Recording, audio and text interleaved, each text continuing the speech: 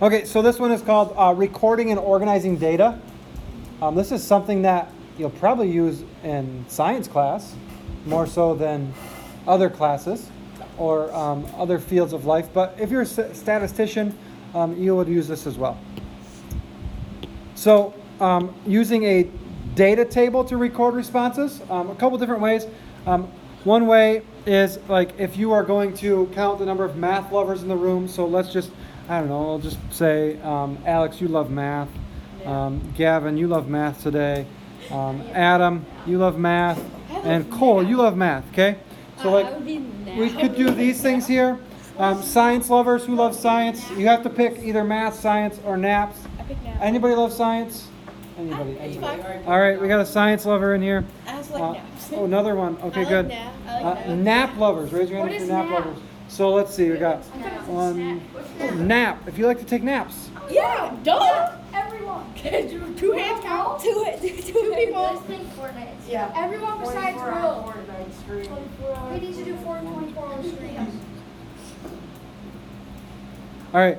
So there we go. So that what we would call, what would we call those? We'd call those tally marks.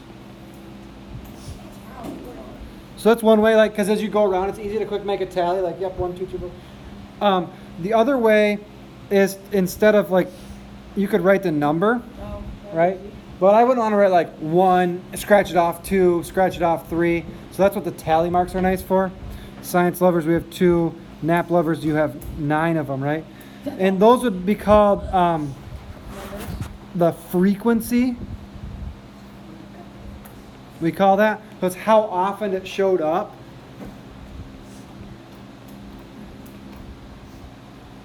Like, how often did math lovers show up in our class? Oh, 4 of them. How often did science lovers? Oh, 2 of them.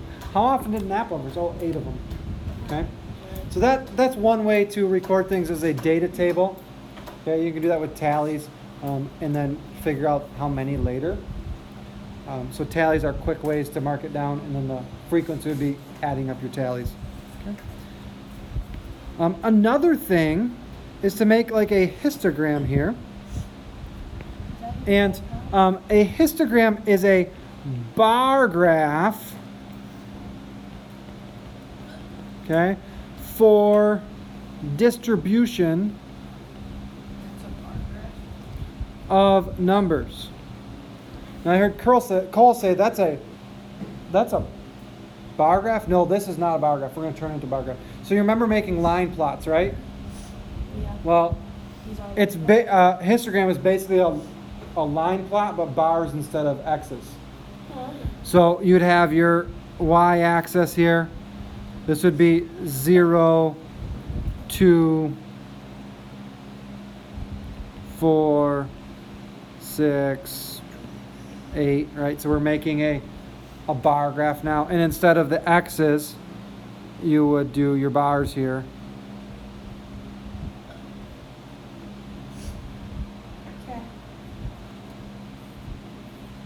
So we've made histograms before. I mean, we've made line plots before, and we've made bar graphs before. Now, a histogram is a line plot with bars instead of x's. So notice on my graph here, there's constant spacing of the numbers on the y-axis. And the y-axis is the one that goes up and down. Right? There's constant spacing here on these guys. 0, 2, 4, 6, 8. I didn't do 0, 2, 8, 76, 100. Right? I did even spacing. The other thing we can notice on here, in this case, I have numbers here on the bottom. Sometimes for a histogram, you might have like math lovers, science lovers, nap lovers, right?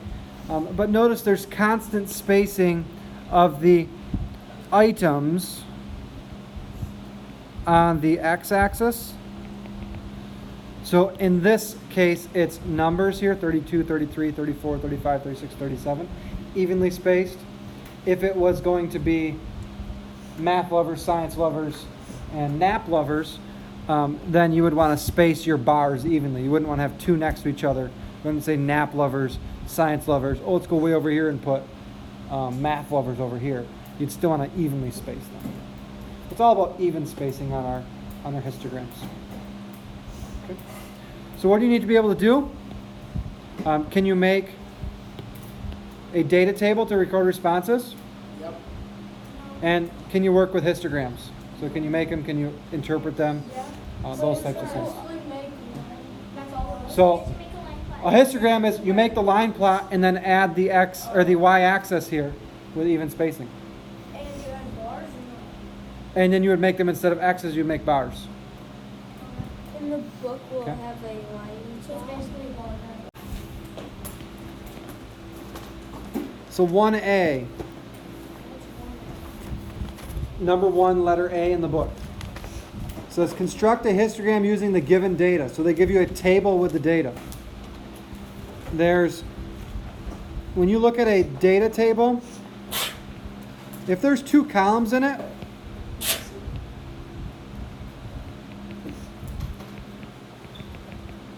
typically the first column is going to be your x-axis. The second column is going to be your y-axis. So if I make a histogram here, my x-axis is age, and notice there's a range there, 0 to 9, 10 to 19, so on. So down here, I'm going to have 0 to 9, and I'm going to have 10 to 19. The last one I'm going to have is my 100 plus. And then if you look at this, it's millions, and there's like 38, 36. There's another 38, and then there's a 40.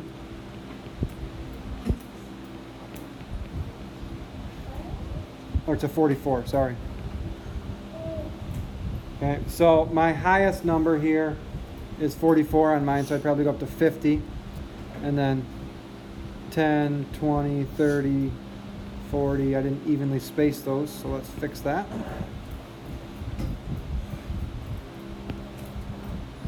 $50.